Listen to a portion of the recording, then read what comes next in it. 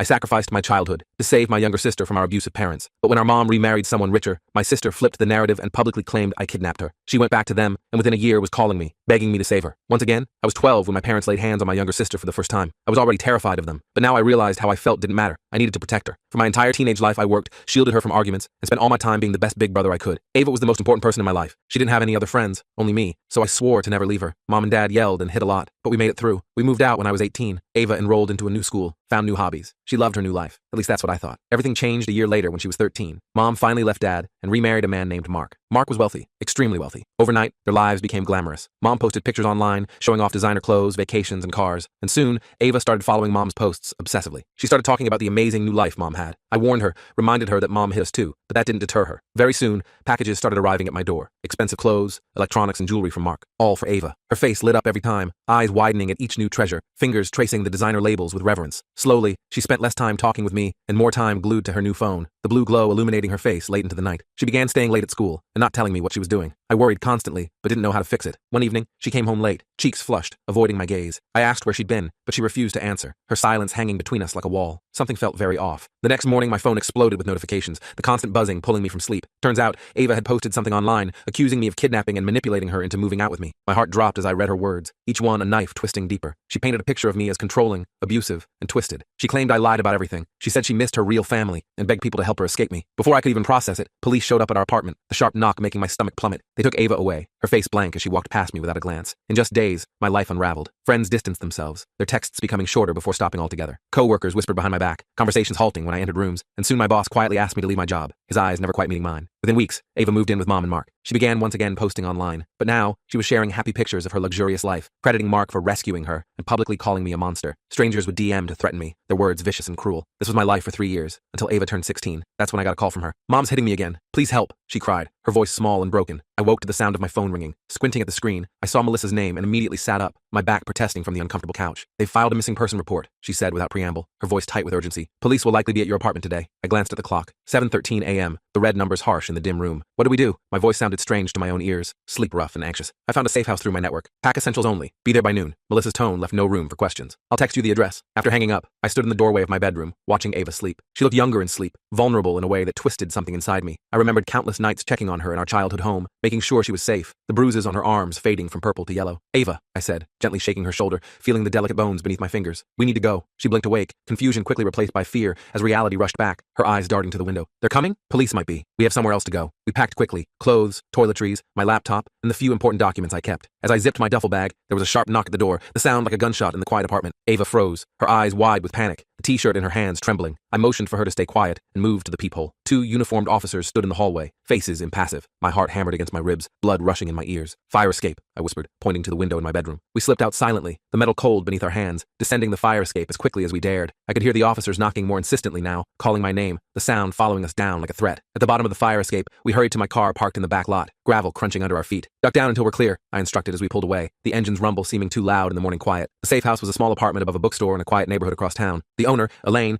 was a retired social worker who occasionally helped Melissa with emergency placements. She greeted us with a grim smile and showed us to a modest 1-bedroom unit, the smell of old books and coffee lingering in the air. "No one knows about this place except Melissa and me," she assured us, her weathered hand smoothing the faded quilt on the bed. "You should be safe here for now." That afternoon, Melissa arrived with paperwork for an emergency guardianship petition, her briefcase bulging with forms. "We need to document everything," she explained, spreading papers across the small dining table, the legal jargon swimming before my eyes. "Ava, I need you to write down specific instances of abuse. Dates if you can remember them. What happened? Who was present?" Ava nodded, her face pale but determined, knuckles white around the pen. "Will I have to see them? In court?" Melissa hesitated, adjusting her glasses. "Possibly, but we'll try to avoid that." As Ava wrote, her hands sometimes trembling so badly she had to stop, I felt a mixture of emotions churning inside me. Anger at what she'd endured, hot and sharp in my chest. Guilt that I hadn't somehow prevented it, heavy in my stomach. And still, beneath it all, that persistent hurt from her betrayal, a dull ache that never quite left. My phone buzzed with a text from Jasmine. "Police came to the warehouse looking for you. Boss told them you called in sick. Be careful." The words sent a chill through me. That evening, after Melissa left with the completed paperwork, Ava and I ate takeout in awkward silence. The small apartment felt claustrophobic with all the unspoken words between us, the air thick with tension. "Why did you do it?" I finally asked, the question that had haunted me for 3 years, burning in my throat. "Why did you believe them over me?" Ava set down her fork, the metal clinking against the cheap plate, her eyes fixed on the table, tracing the wood grain. "It wasn't all at once. It started with little things. Mom would call and say she missed me, that she changed. Mark would send gifts with notes about how they wanted to be a family." She swallowed hard, the sound audible in the quiet room. "Then they started saying things about you, that you were controlling me, isolating me, that real brothers let their sisters have friends, have nice things. You had friends at school." I said, my voice tight, the lie sticking in my throat. We both knew she'd struggled to connect with others, and I bought you things when I could afford it. The memory of working double shifts to buy her a birthday present flashed through my mind. I know that now, she whispered, a tear sliding down her cheek. But they kept saying it, over and over. Mom would cry about how much she'd changed, how much she regretted everything, and I wanted to believe her. So you accused me of abuse, the exact thing I protected you from for years. The bitterness in my voice surprised even me. Tears spilled down her cheeks, catching the dim light. They told me what to say, coached me, said it was the only way I could come live with them, have a normal life. She looked up at me, her eyes pleading. I was stupid and selfish. By the time I realized what I'd done, it was too late. They monitored everything, my phone, computer, who I talked to, and then when Mom started hitting me again, I stood abruptly, the chair scraping loudly against the floor, needing space, the walls suddenly too close. I'm going to take a shower. Under the hot water, I let my own tears come, mixing with the spray, the sound masking my ragged breathing. 3 years of pain, of questioning myself, of rebuilding a life from scratch, all because my sister had chosen luxury over truth, over me, the brother who'd sacrificed everything for her. When I emerged, skin pink from the heat, Ava was sitting on the couch, knees pulled to her chest, making herself small. I don't expect you to forgive me, she said quietly, voice barely audible over the hum of the ancient refrigerator. I just want you to know how sorry I am, for everything. I nodded stiffly, throat tight. We should get some sleep. Tomorrow will be complicated. The next morning brought news from Melissa. The court had scheduled an emergency hearing for the following week. Until then, we were in limbo, Ava technically still under our mother and Mark's guardianship, but protected by the pending petition. They've hired Harrison Reeves, Melissa told us over the phone, her voice grim. He's one of the top family law attorneys in the state. My stomach sank, acid rising in my throat. We can't afford someone like that. I found a lawyer who'll take the case pro bono, Catherine Chen. She's good, specializes in abuse cases. The name offered a small flicker of hope. 3 days into our stay at the safe house, Ava's phone, which had been turned off since we left my apartment, pinged with a notification. She'd turned it on briefly to transfer photos of her bruises to Melissa, the purple-green marks stark against her pale skin. It's Mom, she said, her voice shaking as she showed me the screen, fingers trembling. The message was eerily calm. Sweetheart, we're so worried. Whatever your brother has told you, please know we love you and just want you home. Mark has been beside himself. He's even offering to buy you that car you wanted for your birthday early. Please come home. Before I could respond, another message appeared. If you're afraid of him, just go to any store or restaurant and tell someone you need help. They'll call the police. The calculated manipulation made my blood boil, heat rising up my neck. Turn it off, I said, the words coming out sharper than intended. They might be able to track it. Too late. Barely an hour later, Elaine called up from the bookstore, her voice a harsh whisper. There's a man asking questions, showing pictures of both of you. Says he's a private investigator. My heart raced, adrenaline flooding my system. We need to leave. Now. We slipped out the back entrance as Elaine distracted the PI at the front of the store, the smell of dust and old paper thick in the narrow hallway. With nowhere else to go, I drove us to Jasmine's apartment on the other side of town, the car silent except for the sound of our breathing. Just for tonight, I promised when she opened her door, surprise and concern on her face. We'll figure something out tomorrow. That night, crammed into Jasmine's spare room with Ava, I lay awake planning our next move, the ceiling fan casting shifting shadows. Mark clearly had resources we couldn't match. Private investigators, expensive lawyers, possibly connections with local police. Our only advantage was that Ava was 16 now, old enough that courts might consider her preference. They found us so quickly, Ava whispered in the darkness, her voice small. What if they find us here too? They won't, I said with more confidence than I felt, staring at the crack in the ceiling. We'll be more careful. The next morning, Catherine Chen agreed to meet us at a coffee shop near her office. She was younger than I expected, but her sharp eyes and no-nonsense demeanor were reassuring, her handshake firm. I've reviewed your case, she said after introductions, stirring her coffee precisely. It's complicated, but not impossible. The documented abuse is compelling, but we're fighting against significant resources and influence. Mark donates to the police foundation, Ava said quietly, eyes fixed on her untouched muffin. He has friends in the department. That's why I was afraid to report the abuse. Catherine nodded grimly, lips pressing into a thin line. Unfortunately, that tracks with what I've seen in cases like this. Money talks. She turned to me, gaze direct. You need to understand something. They're going to paint you as the villain again. They'll bring up the previous accusations, suggest you've manipulated Ava into making these claims. But that's not true, Ava protested, voice rising slightly, drawing glances from nearby tables. Truth and what can be proven in court aren't always the same thing, Catherine said gently, placing a hand on Ava's arm. We need to be prepared for everything they might throw at us. As we left the meeting, my phone rang. Another unknown number. Against my better judgment, I answered, the cold plastic pressed to my ear. I want to talk. Mark's smooth voice came through like oil on water. Just you and me, man to man. I have nothing to say to you, I replied, my grip tightening on the phone until my knuckles whitened. I think you do. Meet me at Riverside Park in an hour. Come alone, or I call the police and report you for kidnapping. Again, the threat hung in the air between us. I looked at Ava, who was watching me with worried eyes, biting her lower lip. I have to meet him, I said after hanging up,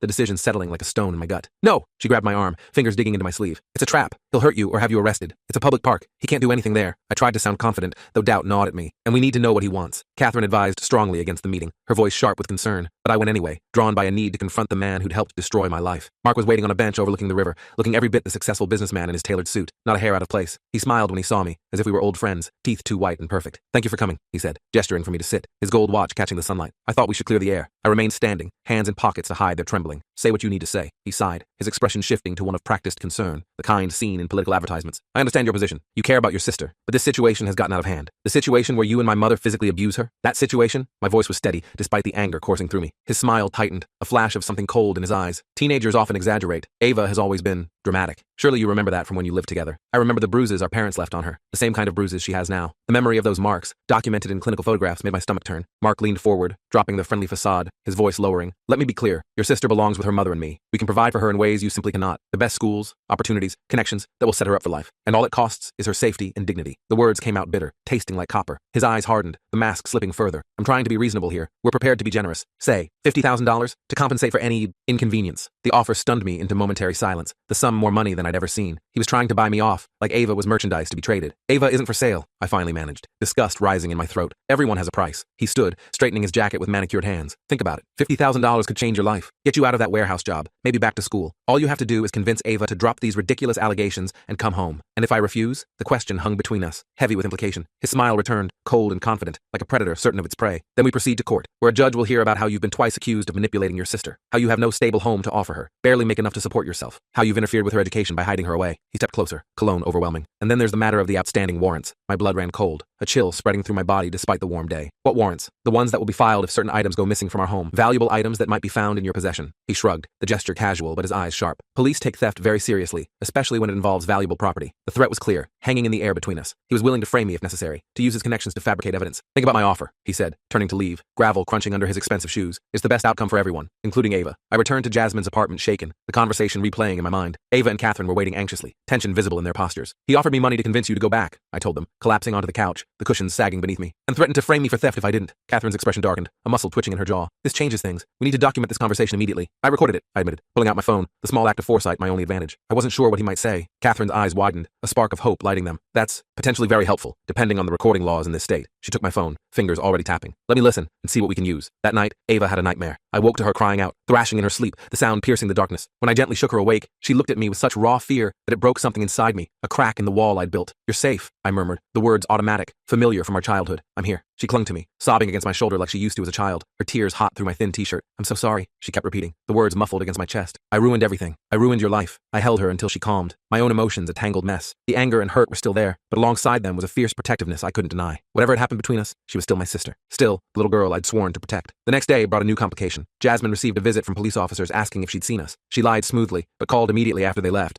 her voice tight with urgency. They're watching my building, she warned. You need to leave. Now. We slipped out through a neighbor's apartment and down a service elevator, the musty smell of the rarely used space filling our nostrils. Catherine had arranged for us to stay with another client of hers who had a vacant rental property, a small house on the outskirts of town. The house was sparsely furnished but secure, with good locks and a privacy fence. For the first time since Ava's call, I felt we could breathe, the constant tension easing slightly. That evening, as we ate dinner at the kitchen table, Ava looked up suddenly, fork pausing halfway to her mouth. Do you ever think about what life would have been like if Mom and Dad hadn't been the way they were? The question caught me off guard, memories flooding back unbidden. Sometimes, I admitted, setting down my own fork, I think about what it would be like to have normal parents, ones who came to school events and helped with homework instead of hitting us, she finished quietly, her gaze distant. I used to pretend, when I first moved in with Mom and Mark, I pretended we were a normal family, that the past never happened. And now? I asked, curious despite myself. She pushed food around her plate, the scrape of fork against ceramic loud in the quiet room. Now I know better. There's no such thing as forgetting the past. It follows you. She looked up at me, her eyes filled with a wisdom beyond her years. That's why what I did to you was so awful. I knew the truth and chose to lie anyway. I didn't know how to respond to that. Part of me wanted to comfort her, to say it was okay, but it wasn't okay. It might never be okay. The court date approached with agonizing slowness. Catherine worked tirelessly, gathering evidence, preparing Ava for testimony, building a case that might stand against Mark's expensive legal team. 5 days before the hearing, my mother showed up at the warehouse where I worked. I was loading boxes onto a truck when Jasmine rushed over, face flushed with alarm. Your mom's here, she hissed, glancing over her shoulder. At the front office. I froze, a box half lifted in my arms, the weight suddenly unbearable. How did she find me? I don't know, but she's demanding to see you. Says it's a family emergency. My first thought was Ava. Had they somehow found her? But no, Ava was safe at the house, working on her statement for court. I set down the box and followed Jasmine to the front, heart pounding against my ribs. My mother stood in the reception area, looking out of place in her designer clothes, diamonds glinting at her ears. When she saw me, her expression shifted from impatience to something softer, a mask sliding into place. Wayne, she said, using my name in a way that felt wrong coming from her, like she was trying it on. We need to talk. We have nothing to talk about, I replied, keeping my distance, the smell of her expensive perfume bringing back unwanted memories. It's about Ava. She's making a terrible mistake. She stepped closer, lowering her voice to a confidential murmur. She's confused, Wayne. You know how impressionable she is. The audacity of her statement left me momentarily speechless, anger rising hot and fast. Confused about the bruises you left on her? Those seemed pretty clear to me. Her face hardened, the mask slipping for just a second, revealing the woman I remembered from childhood. Teenagers exaggerate. Ava has always been difficult. Surely you remember. What I remember is protecting her from you and Dad. What I remember is you hitting her so hard she had bruises for weeks. The words came out sharp, cutting through the pretense. She glanced around, aware of the receptionist pretending not to listen, her eyes narrowing. This isn't the place. Come have coffee with me. Just hear me out. Number. The word came out firm, final, a door closing. I'm not interested in anything you have to say. Her facade cracked, just for a moment, revealing the familiar anger beneath, a flash of the mother I knew. You're making a mistake. Mark is trying to be reasonable, but his patience isn't endless. There are things you don't understand. I understand enough. Please leave before I call security. The threat hung between us, charged with years of unspoken history. As she turned to go, expensive heels clicking on the linoleum, she paused, looking back with a smile that didn't reach her eyes. She'll leave you again, you know, as soon as something better comes along. That's who she is. That's who I raised her to be. The words hit like a physical blow, not because I believed them, but because a small part of me feared they might be true. The doubt a seed she'd planted years ago. That night, I recounted the encounter to Ava and Catherine, the memory still raw. Ava's face crumpled at my mother's words, pain etching itself across her features. That's not true, she whispered, hands clenched in her lap. I'm not like her. Catherine was more concerned with the practical implications, her mind already calculating strategies. They're escalating. The hearing is getting closer, and they're getting desperate. We need to be extra careful. 2 days later, I received an email from an address I didn't recognize. The subject line simply read, Ava. Inside was a video file and a short message. Is this the sister you're fighting for? With a sense of dread, I clicked the video, the screen illuminating with images that made my stomach clench. It showed Ava at what appeared to be a party, laughing with a group of teenagers I didn't recognize. She was holding a drink, clearly intoxicated, eyes unfocused. The video cut to her kissing a boy, then to her crying and arguing with someone off camera. The timestamp showed it was from last year, when she was living with Mark and my mother. Another email arrived minutes later. There's more where that came from. Substances, alcohol, sneaking out. Is this really about protecting her, or is it about your own ego? Think carefully about the court hearing. I didn't tell Ava about the emails.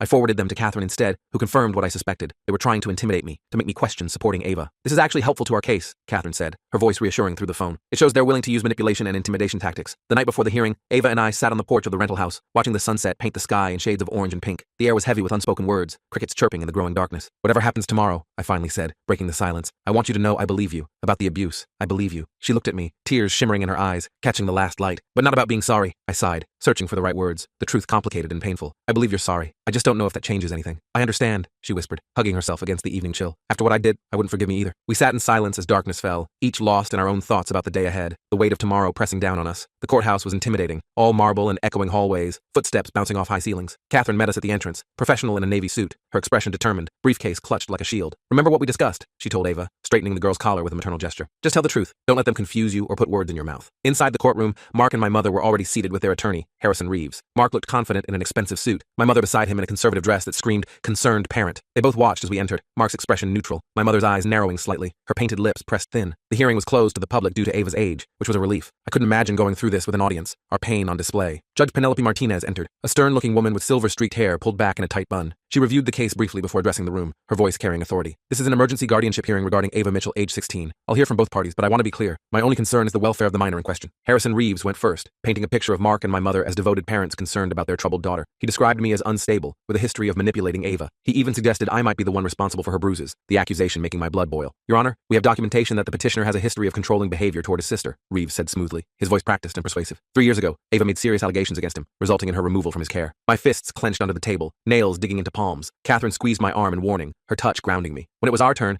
Catherine methodically presented the evidence of abuse, photographs of Ava's bruises, medical records, and the recording of my conversation with Mark, which the judge allowed despite Reeves's objections, his face reddening. Furthermore, Your Honor, Catherine continued, her voice clear and confident, we have evidence of witness intimidation and attempted bribery. She presented the emails and detailed my mother's visit to my workplace, building a picture of systematic manipulation. Throughout it all, Ava sat rigid beside me, her face pale but composed, hands folded tightly in her lap. When it was her turn to speak, she stood with visible effort, shoulders squared despite her trembling. 3 years ago, I lied, she began, her voice small but clear in the quiet courtroom. My mother and Mark convinced me to accuse my brother of things he never did. They promised me a better life, and I was young and stupid enough to believe them. She described the gradual escalation of abuse in their home, the controlling behavior, the isolation, the physical violence. Her voice broke only once, when describing a particularly brutal incident where our mother had thrown her against a wall for coming home late, the memory visibly painful. My brother protected me our whole childhood, she finished, tears streaming down her face, voice steady despite them. He gave up everything for me, and I betrayed him, but he still came when I needed help, even after what I did. That's who he is. That's who I want to be with. Reeves cross-examined her aggressively, trying to trip her up, suggesting she was lying now as she had before, but Ava remained steady, answering each question with a clarity that made me proud, despite everything, her composure remarkable for her age. When my mother took the stand, she was the picture of maternal concern, dabbing at her eyes with a monogrammed handkerchief, as she described her worry for Ava, her performance polished. She's always been troubled, she said, her voice trembling perfectly on cue. After her father and I divorced, she became even more difficult. We've tried everything, therapy, structure, consequences, but she runs away, makes up stories. And the bruises? Catherine asked during cross-examination, voice sharp. How do you explain those? My mother's expression hardened momentarily before smoothing into concern again, the transition almost imperceptible. Ava has always been clumsy, and frankly, she's harmed herself before for attention. The accusation hung in the air, so outrageous I had to bite my tongue to keep from shouting, taste of blood in my mouth. Mark testified last, calm and reasonable, expressing only concern for Ava's well-being. He denied offering me money or threatening me, suggesting I had misinterpreted our conversation, his lies smooth and practiced. I only wanted to help, he said, looking directly at the judge, sincerity oozing from every word. We have the resources to get Ava the help she needs. Her brother, while well-intentioned, simply doesn't. After final arguments, Judge Martinez called for a brief recess to review the evidence. As we waited, waited in a small conference room. Ava paced nervously, arms wrapped around herself. What if they don't believe me? She whispered, voicing the fear we both shared. What if I have to go back? The judge heard the recording, Catherine reassured her, though tension lined her face. And your testimony was very compelling. We have a strong case. When we returned to the courtroom, Judge Martinez's expression gave nothing away, her face a professional mask. I've reviewed the evidence carefully, she began, the room silent, except for her voice. This is a troubling case with serious allegations on both sides. However, the documented injuries, the recorded conversation with Mr. Park, and the pattern of behavior described by multiple witnesses lead me to believe that Ava's current home environment is not safe. My heart leapt, hope surging through me. Beside me, Ava grabbed my hand, her fingers cold, but gripped tight. Therefore, I am granting temporary guardianship to Wayne Mitchell for a period of 6 months, during which time a full investigation will be conducted by Family Services. Relief flooded through me, a weight lifting from my shoulders. 6 months. We had 6 months. As we left the courtroom, Mark caught my eye across the polished floor. His expression was no longer the polished, confident mask. For just a moment, I saw raw fury before he composed himself, the glimpse chilling. My mother didn't bother hiding her anger, her eyes burning with a familiar rage as she watched us leave, lips pressed into a thin line. This isn't over, Catherine warned as we walked to the parking lot, heels clicking on concrete. The temporary guardianship is a win, but they'll fight the permanent arrangement, and they have resources. But we have the truth, Ava said, sounding more confident than she had in weeks, standing straighter. That night, back at the rental house, we celebrated quietly with takeout pizza, the greasy cardboard boxes a stark contrast to the gravity of the day. Ava seemed lighter, laughing for the first time since she'd called me for help, the sound strange but welcome. What happens now? She asked as we cleaned up, wiping sauce from the counter. With us, I mean. The question I'd been avoiding hung between us. What did happen now? I had temporary guardianship, but what about after that? What about the years of pain between us? I don't know, I admitted, the truth simpler than any comforting lie. One day at a time, I guess. She nodded, accepting the non-answer, understanding in her eyes. I meant what I said in court, about wanting to be like you. You're the best person I know, even after everything. I didn't know how to respond to that. Part of me wanted to embrace the idea of reconciliation, of rebuilding our relationship. But another part, the part still raw from betrayal, held back, protective walls, still high. We should get some sleep, I said finally, avoiding her gaze. It's been a long day. That night, as I lay awake staring at the ceiling, the unfamiliar shadows playing across it, I made a decision. I would help Ava get safely to adulthood. I would protect her from our mother and Mark. I would make sure she had opportunities for education, for a good life, but I couldn't let her back into my heart. Not fully. The risk was too great, the wound too deep. I would be her guardian, but I couldn't be the brother I once was. That person had died 3 years ago, when she chose luxury over loyalty, the betrayal too fundamental to simply forgive. As if sensing my thoughts, Ava appeared in my doorway, a shadow in the darkness, her silhouette small against the hallway light. I know you can't forgive me, she said quietly, voice barely above a whisper. I wouldn't expect you to, but thank you for helping me anyway. She turned to go, but paused, hand on the doorframe. I love you. I never stopped, even when I was saying those terrible things. I just wanted you to know that. As she disappeared back to her room, I felt tears on my cheeks, hot and unexpected. The road ahead would be complicated. Mark and my mother wouldn't give up easily. The full investigation would mean more hearings, more evidence, more fighting. And beyond that, there was the harder question of what came after. Could you help someone, protect them, even care for them, without truly letting them back in? I didn't know, but I was about to find out, the answer unfolding one day at a time.